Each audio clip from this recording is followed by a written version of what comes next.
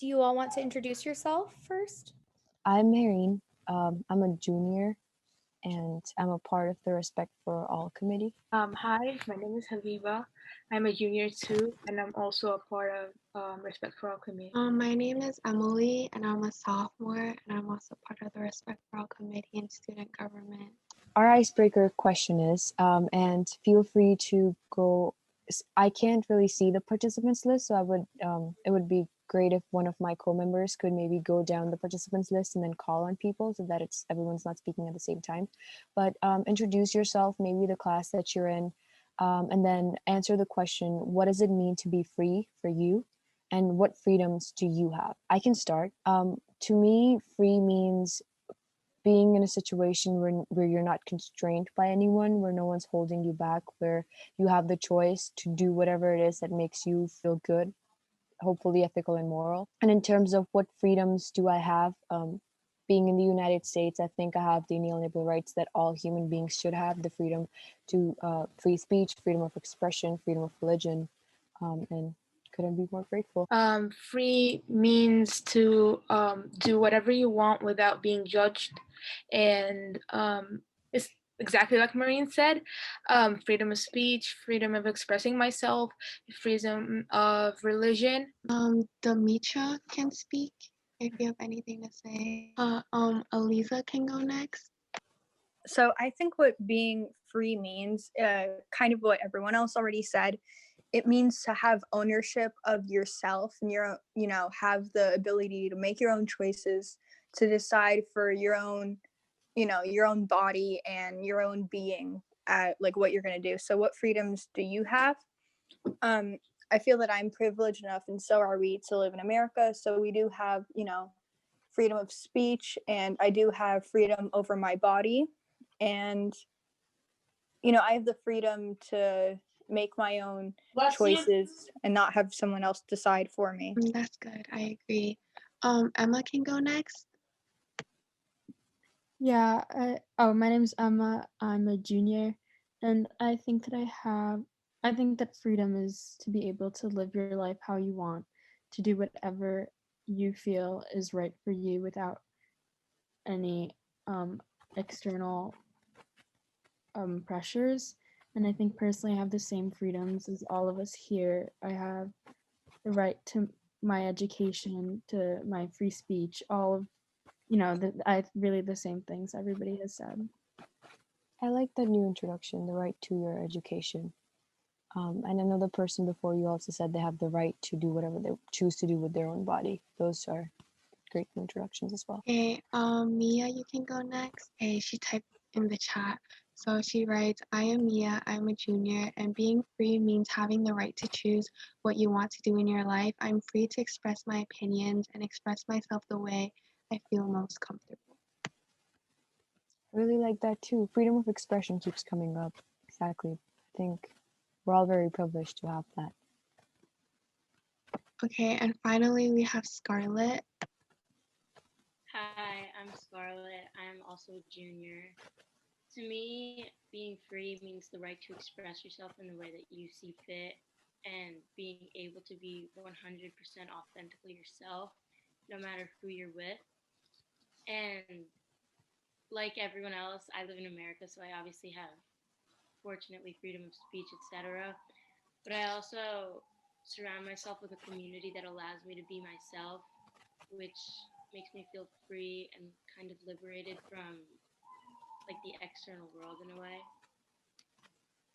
That makes sense too. Societal constraints. Thank you very much, guys. You all had very insightful things to say. Human trafficking is basically, as it says, modern day slavery. It can happen to anyone regardless of age, gender, or race. Kids as little as infants, people as old as, we all have grandparents, right? Like any age, any gender, any race. Types of human trafficking: there's sex trafficking, domestic servitude, and forced labor. Sex trafficking, victims are forced against their will to participate in sexual acts for money. Traffickers use violence, threats, and manipulation against their victims. Pretty self-explanatory. Forced labor is when victims are forced to work for little or no payment. You can find them in factories, farms, and doing construction work, which is I know a lot of big corporates did eventually come forward or were revealed that the people that are actually working for them are either child soldiers or child laborers, most of them trafficked. Domestic servitude is victims are obliged to work in homes. Traffickers might take away their identity documents in order to limit their freedoms. These are just some statistics. So there are apparently 22,326 trafficking victims and survivors. There's 11,500 situations of human trafficking, 4,384 traffickers, and 1,912 suspicious businesses. That is a lot of people and victims and a lot of traffickers that still exist. That number should be way more lower. Non-existent to be more ideal. Since 2007, more than 49,000 cases of human trafficking in the United States have been reported to the National Human Trafficking Hotline, which receives an average of 150 calls per day. Children are more vulnerable than adults. They're easier to control, cheaper, and less likely to demand working conditions, researchers explained. More than 300,000 young people in the US are considered at risk of sexual exploitation. I just think it's very scarring, the fact that we're even considering human beings to be cheaper, relatively more cheaper to another cohort. These are just some statistics to kind of familiarize you guys with how the current situation with human trafficking. These are more statistics. Contacts from victims and survivors themselves has grown steadily over time. So you can see from it being 1,612 in 2015 over the course of 4 years, now it's up to 4,000, around 4,000. Top 3 identified labor trafficking types are domestic work, agriculture and animal husbandry, and traveling sales crews. And then top 3 identified sex trafficking types are escort services, illicit massage, health, and beauty pornography. And feel free to comment, guys. I would love to know, like, as you're coming across these statistics, what do you guys think?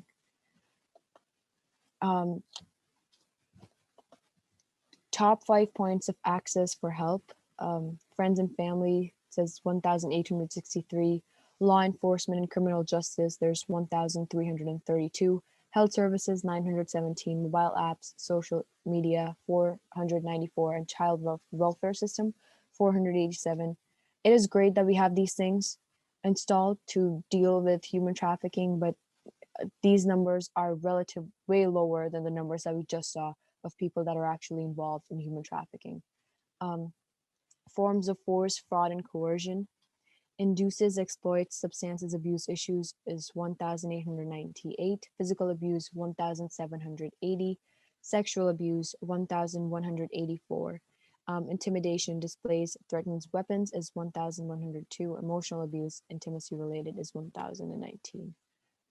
Those numbers should also not be as high as they are. And then we have labor trafficking, withholding payments and earning, 2,279 people endured that. Excessive working hours, 2,043 people. Threat to report to immigration, 1,866. Verbal abuse, 1,640. Withholds, denies needs, 1,254. These are normal things that human beings should just be regarded. And the numbers in thousands might not make up a huge majority of the percentage of the world to say, but that is still a huge amount of number, something that we're privileged to not have endured. Now we'll go over early warning signs of a trafficker, and feel free to guys comment. I don't want to be the one talking the whole time. I'm supposed to engage you as much as possible. They offer you great opportunity to make fast money, get a great job or fame or glamour. So people are manipulated or induced into thinking that they will be offered something that eventually that's not how the turnout ends up being. The person tells you they love you very quickly and promises to protect you. The person asks for your password to your social media accounts, phone, and computer. The person makes you remove yourself from social media accounts.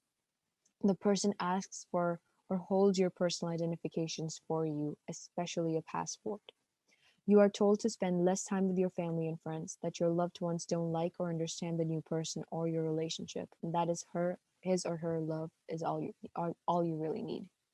The person tries to get you out of your current living situation and into a situation with them or someone they know. You can read the later warning signs of a trafficker. So number one, move you to another town or city where you don't know anyone. They cannot let you out unless it is with him or her. They could tell you that no one cares about you. They could tell you that no one will help you. They could threaten to kill you if you leave or disobey them. They can begin to be controlling and abusive, which can include name calling, physical or sexual abuse or assault, and threats to your safety or the safety of your loved ones, and take away or control your money.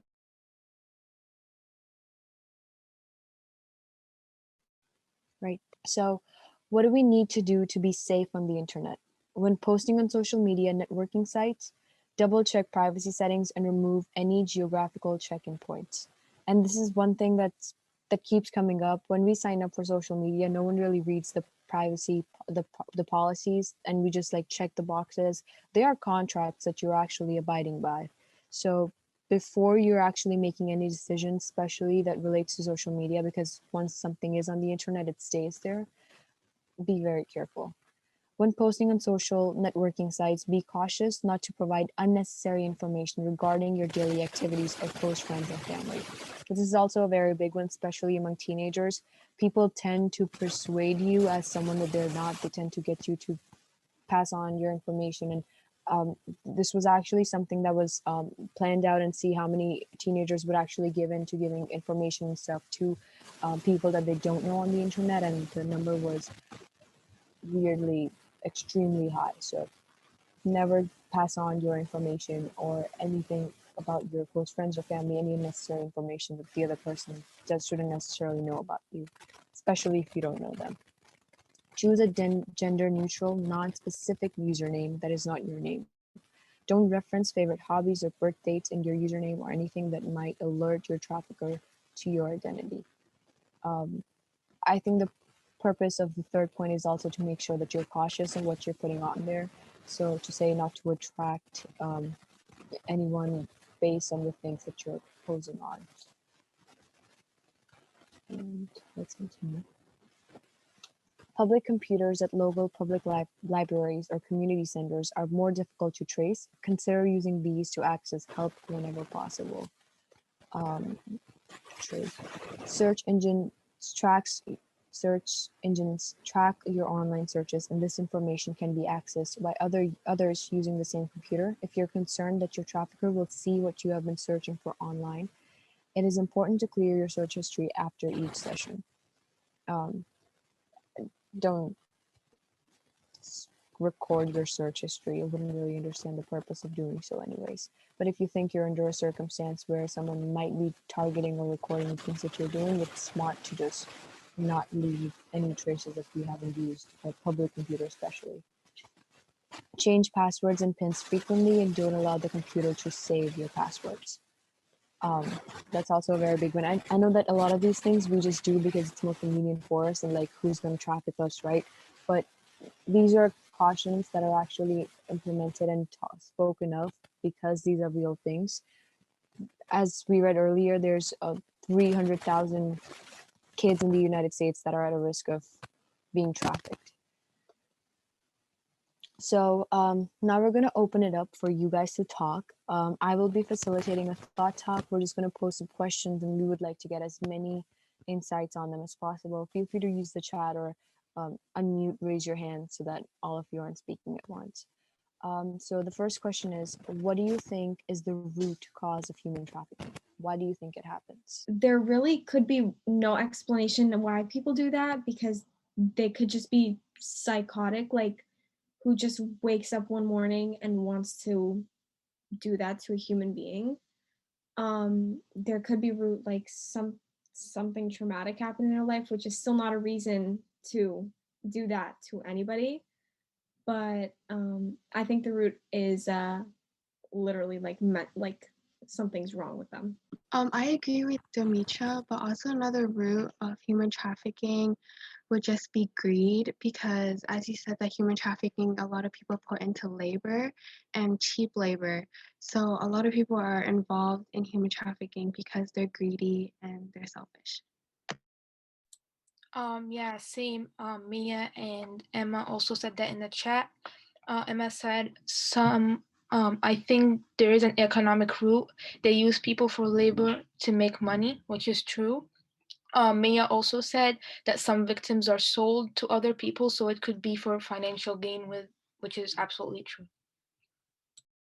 Yeah, absolutely. I would think like the core driving factor would be greed for money and convenience.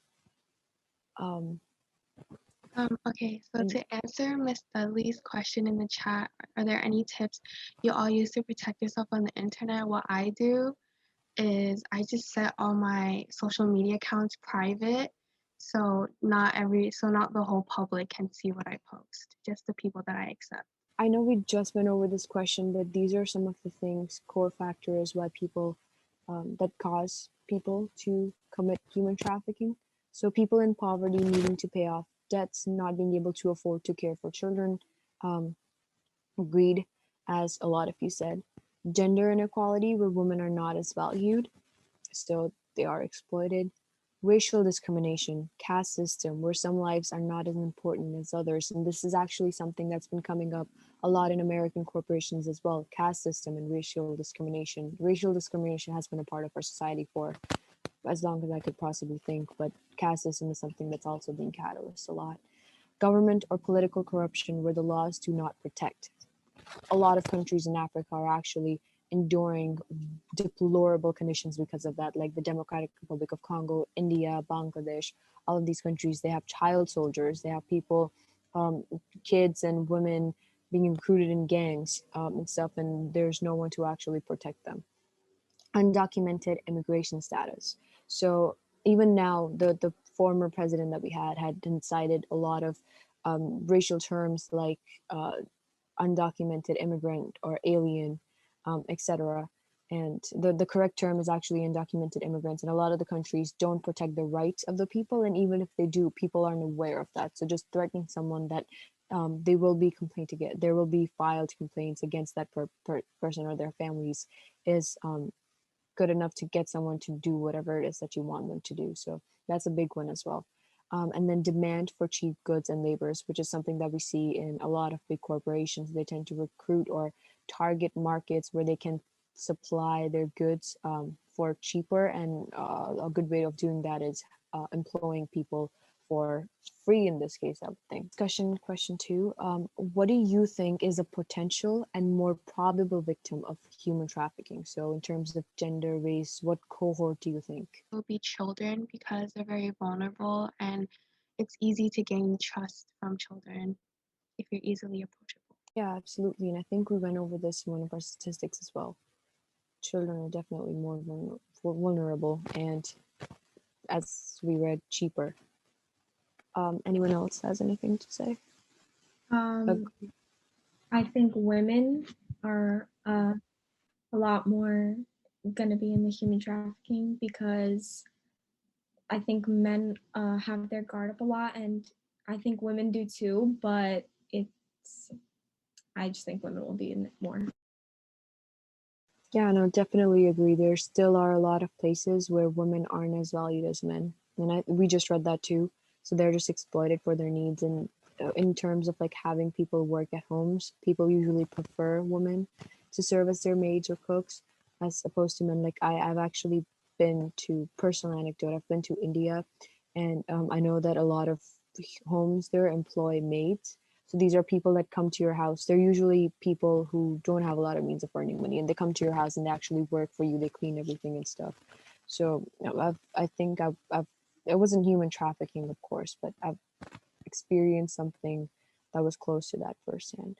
Anyone else has any other stories or would like to jump in on this question? You know, I don't know if this just happens to me, but I think a lot of other teenage girls go through it. Random like Instagram accounts request to text me, and they're like, you just won like $1,000 or something, or like, do you like, what's your name, what's your age? And like, it's just it's shocking that people actually like text people, and some people, they might not think the way girls like me do. Like, they'll be like, oh, like they just want to be friends with me or something, but it's just creeps me out. Yeah, and you're absolutely right on that one. A lot of people tend to fall for those traps. I mean, the United States right now has the biggest rate of victims of cybersecurity attacks, and a good majority of cybersecurity attackers.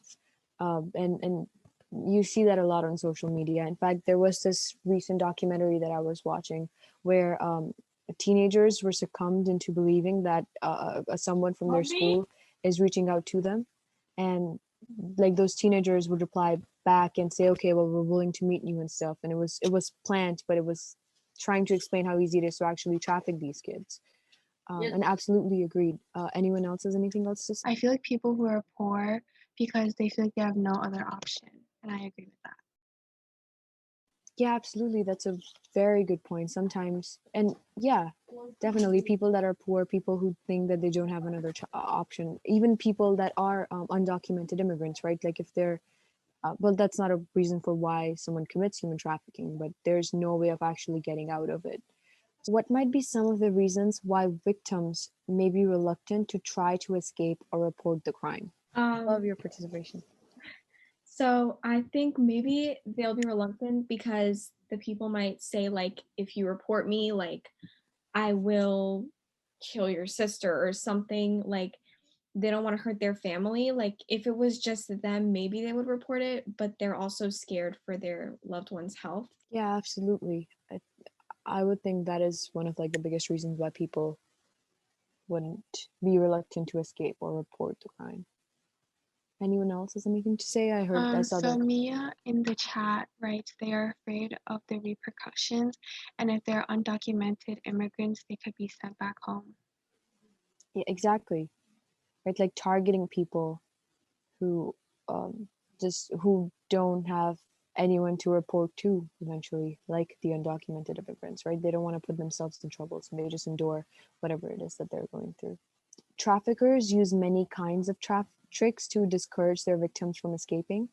One common ploy is to confiscate the victim's passport once they are in the destinated country, I should say, while telling them that if they escape, the police will imprison them for being an illegal immigrant. So again, the threat of being an illegal immigrant, you have no identity, your passport is being taken away. And I think we just also read that confiscating someone's passport or their identity is one of like the greater means of restraining them or taking away their freedom. Some victims are locked up and are not allowed to leave the premises where they're being exploited. Many are beaten, raped, and tortured by their traffickers so that they will be too afraid to try to escape. And a trafficker may also threaten to harm the victim's family if they do not agree to their demands. And I think we touched upon all of these. What needs do you think should be anticipated for survivors of human trafficking? I think they should be given therapy, like automatically they should have that. Like, if they don't have the money for it, they should already be given it by the government. Yeah, I think they should seek someone who's very therapeutic. Sometimes it helps to get it all out, and in this case, it probably will. They should be given jobs to start them off since they don't have any financial help. Especially people with families, people who they should be given resources to get back on their feet. Anyone else has anything to say? To add on, I was just gonna say medical services, of course, if they're abused or beaten, definitely. Exactly, yeah. Agreed with all of those. So it says, survivors of human trafficking, survivors of child sex trafficking need stable, long-term environments to live in with caretakers that will patiently help them transition from their past life or controlled abuse to healthy independence. Survivors also need to receive full access to medical, emotional, educational, and legal assistance. And I know someone's brought up freedom of education too when we were talking about the icebreaker question. I think that's a good point too. People should be educated more. People, of course, receive medical assistance, emotional assistance, as someone just said. Reaching out to or providing a therapeutic individual in their lives. And then legal assistance, because with undocumented immigrants, it's you are undocumented. Yes, it's not a crime up to the extent where people can get you to do stuff that you don't want to do. So people need that sort of education, that sort of literacy. Warning. So before we actually move on to this, does someone want to add on to our conversation that we just had? So warning signs of someone being trafficked. If you look closely, you may notice something that could save a life. Here are some warning signs of human trafficking. Number one, has injuries or other signs of abuse and doesn't want to explain them. Number two, looks thin and in need of food. Number three, has a sudden increase in money, clothing, or things like jewelry, has no explanation on how they got these things. Four, doesn't carry identification. Five, is someone who seems to control their every move. Six, seems to follow a script in the way they speak. Seven, claims to be visiting, can't state what city they're in or for how long. Eight, isn't able to speak for herself or himself. 9, is not enrolled in school or is often absent. 10, seems to be depressed or checked out.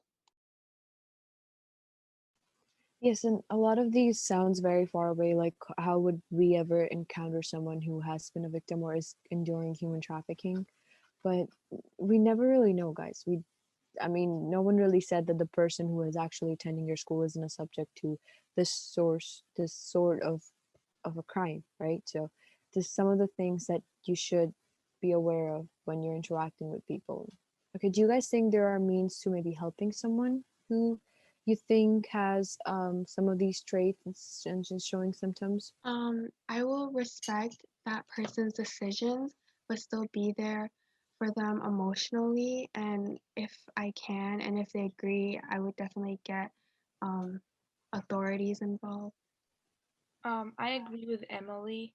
I think that they should call the human trafficking hotline, but also I think it could be difficult because sometimes traffickers like follow or track their victims and they know where they went and maybe they could be in danger, but like that could be somewhat helpful.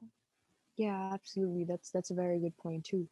If you are enduring something with someone, they are very likely to track the moves.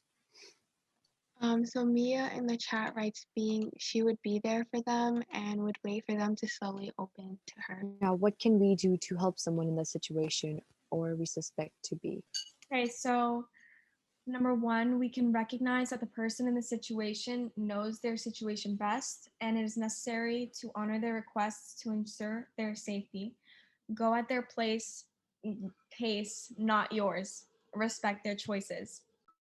Number two, maintain open and non-judgmental communication, ensuring they know they can reach out at any time and end the call when they need to. Number three, try to speak in person if possible. Number four, if that is not possible, try to speak on the phone first rather than via text or social media messaging, and ask if the person is alone, and then use yes or no questions until they indicate it is safe to communicate more freely. And number five, if they are alone, try to establish safety words. One word to indicate it is safe to talk, the person is alone for future communications, and one to indicate it is no longer safe to talk and what the person in the situation would like done. Cease communication immediately / contact law enforcement, etc. I think that the first one is very important because if you're a person who sees another person going through this, like in your mind, you might be taking this route and you're like, definitely we're going to call law enforcement, but that might not be the case for the victim. And maybe that victim feels like, oh, like I need to, listen to the trafficker first and then I can take my own action. So it's really important to respect the victim's request. Yes, absolutely. You could keep yourself safe. You do not have to approach an individual as the trafficker might be nearby or watching. However, if the person is alone and you feel comfortable, you may approach the person safely at a time and place that is confidential. Express concern for their safety and well-being. Communicate that you care about their safety, that they do not deserve to be hurt, and that the abuse is not their fault. Tell them good things about themselves. Let them know that you think they're smart, strong, and brave. Their abuser may be tearing down their self-esteem. Take notes about specifics of their situation in case of an emergency, and consider calling CEPA, Crisis for Prevention and Abuse, to learn more about the kinds of help available, to ask questions specific to the situation, and to learn how you can be effective and supportive ally.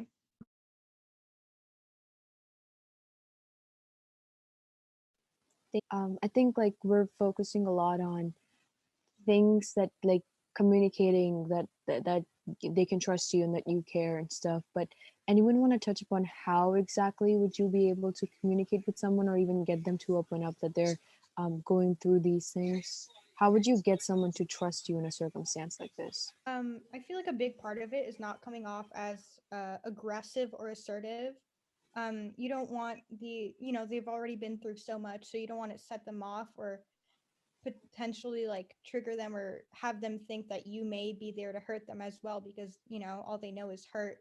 So just approach them in a very like kind, calm, and like comforting way, so where they know that you don't mean harm, that you're there to help them. Anyone want to read? I could read it. Okay, go for it. Do not accuse, diagnose, or judge their choices. Do not draw conclusions about what they may be experiencing or feeling, and do not judge or criticize their abuser. Do not pressure them to leave the trafficker or abusive relationship. There are many reasons they may choose to stay. Stay. It is possible their trafficker has threatened to hurt them, their family, or their children if they try to leave. The abuser may have isolated the victim from friends and family, leaving them with very few resources of their own. The abuser may be promised payment and a better life, and it is never as simple as encouraging a victim to just leave. But by all means, communicate to them that help does exist and that people in their community care about them and their family and want them to be safe. Do not feel the need to be an expert. Do not try to provide counseling or advice, but do connect them to trained people who can help. CFPA, Crisis for Prevention and Abuse staff are available 24/7 to take a call. Anything? Oh, thank you for reading. Anything that stands out to anyone? Anything that someone wants to comment on? I actually, I don't know if this has anything to do with it, but I was watching this show that I watch Grey's Anatomy, and there was a episode on there of human trafficking, and when it just like it kind of just all like fits in with what we're talking about right now, because the doctor was like asking her questions like, are you okay, are you safe, like kind of making her want to back up, and like she did not get help from them, but then after a while she came back and she met up with her family, and she basically explained everything that we're explaining right now. Yeah, I like how these popular shows also touch upon. I know there's not a lot of shows that, and human trafficking is a pretty big issue that hovers. I know we don't focus on it as much because there's a lot of political turmoil going on in the country, and we are living in the midst of a pandemic. But this is an issue that shouldn't be ignored, and I think more shows like Grey's Anatomy should highlight it. And I think I've seen the episode that you're talking about. Anyone else has anything else to say? I think it's pretty surprising how it says that the abuser may have promised the victim for like a good payment or a better life. And like, why wouldn't it occur to the person that they're just being abused and exploited and they won't actually be receiving any of those things?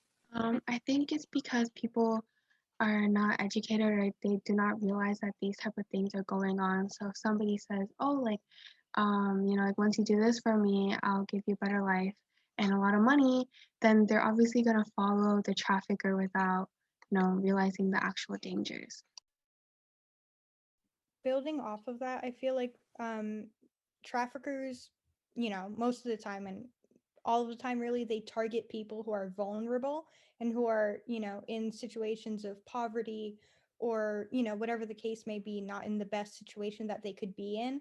So they're really trying to look for a way out of their current circumstance, and they think that whoever that trafficker is could offer them that, but clearly that's not the case. Combat Human Trafficking Act and Justice for Victims of Trafficking Act, DOJ is required to ensure that each, wait, what is DOJ? Oh, the Department of Justice is required to ensure that each Department of Justice anti-human trafficking program includes technical training on investigating and prosecuting persons who obtain, patronize, or solicit commercial sex acts involving a person subject to severe forms of trafficking in persons.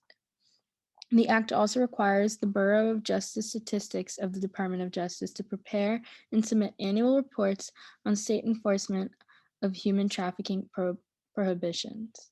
The bill directs Department of Justice to ensure that all task forces and working groups within the Innocence Lost National Initiative engage in activities, programs, or operations to increase the investigative capabilities of law enforcement personnel in investigating and prosecuting persons who patronize or solicit children for sex. The Department of Health and Human Services is directed to issue a determination based on credible evidence that a U.S. citizen or permanent resident is a victim of a severe form of trafficking. The Department of Justice is authorized to award block grants to develop, improve, or expand domestic child human trafficking deterrence programs that assist law enforcement and other entities in rescuing and restoring the lives of trafficking victims while investigating and prosecuting offenses involving child human trafficking. Before we actually move on to this question, does anyone want to have or say any wrap up things about the things that we just went over, the laws, the thought talks, any additional thoughts you had in mind but you couldn't? What new things did you learn, if any, and would you like us to go back to a specific slide or resend any links? I found the statistics very shocking. I feel like we're all pretty familiar with human trafficking and we hear about it, but we don't really realize just how widespread and vast its impact is. And so I really found those statistics shocking. I also I like the point that was being made about not trying to be the expert or try and like make the victim feel as if you're forcing them to do something. It's really important to just educate them and offer them help, but not, add to the stress of being, abused for so long by pestering them with what you believe to be right. So I thought that was a really interesting point. Yeah, definitely. Allowing someone to take it at their own pace than yours and respecting whatever it is that they choose to do. Do you think this should be an issue that's advocated among teenagers, maybe schools, or just like our teachers in general should focus on human trafficking? I think sadly half of the teenagers probably would not care about this. They'll be like, oh my god, like we were taught as kids not talk to strangers and whatever, but it's not really that simple now. I think people have gotten smarter with ways that they can communicate with people and get into their heads, because when you get into human trafficking or an abusive relationship, they kind of just you kind of just forget who you are, and like they just take over your whole brain. Yeah, totally agree. Absolutely. Anyone has anything to say about that? So Mia in the chat said that she thinks that human trafficking cases increase because more teens are spending more time on social media. Yeah, and kids are desperate to like meet or speak to people. I would think it's now more than ever, it may even be easier to compel someone to indulge in things that a normal teenager probably wouldn't. And I know that in the United States, the rate of domestic abuse and even in women and children has increased. And all around the world, I would think as well, because so many people are home, they're stressed. Kids are looking for more, like if you're not happy at home, you would expect a child to look for worldly things outside, and when you have someone compelling you or offering you those things, you're more likely to fall as a victim under that. Took a little time. Anyone want to touch upon the things that we just like maybe speak about any notion of how the mainstream media should reflect more on these kind of issues than things that may not be as important? or do you think that they're doing the right thing by just reporting American news and not actually touching upon these things? And maybe you think there should be a curriculum within our school that talks about these things so that more kids are aware, because this is a social society that we are eventually going into, right? And we don't want to commit human trafficking, but kids our age might be potential future human traffickers because of these resources, because they're not being helped. Anyone has anything to say about that? So it's like fallout. Okay, so maybe it's a lot to process. Um, but yeah, so before we finally end this presentation, thank you all for attending again. I'll also pass on the mic to my co-committee members to see if they have anything else to say. And thank you guys for attending. And Emily, do you guys want to say anything? I just want to Yeah. say that I'm very happy that they attended. Sorry, Emily, for cutting you. I just want to say that it was so informative. And yeah, that's it. Thank you for all the participation today.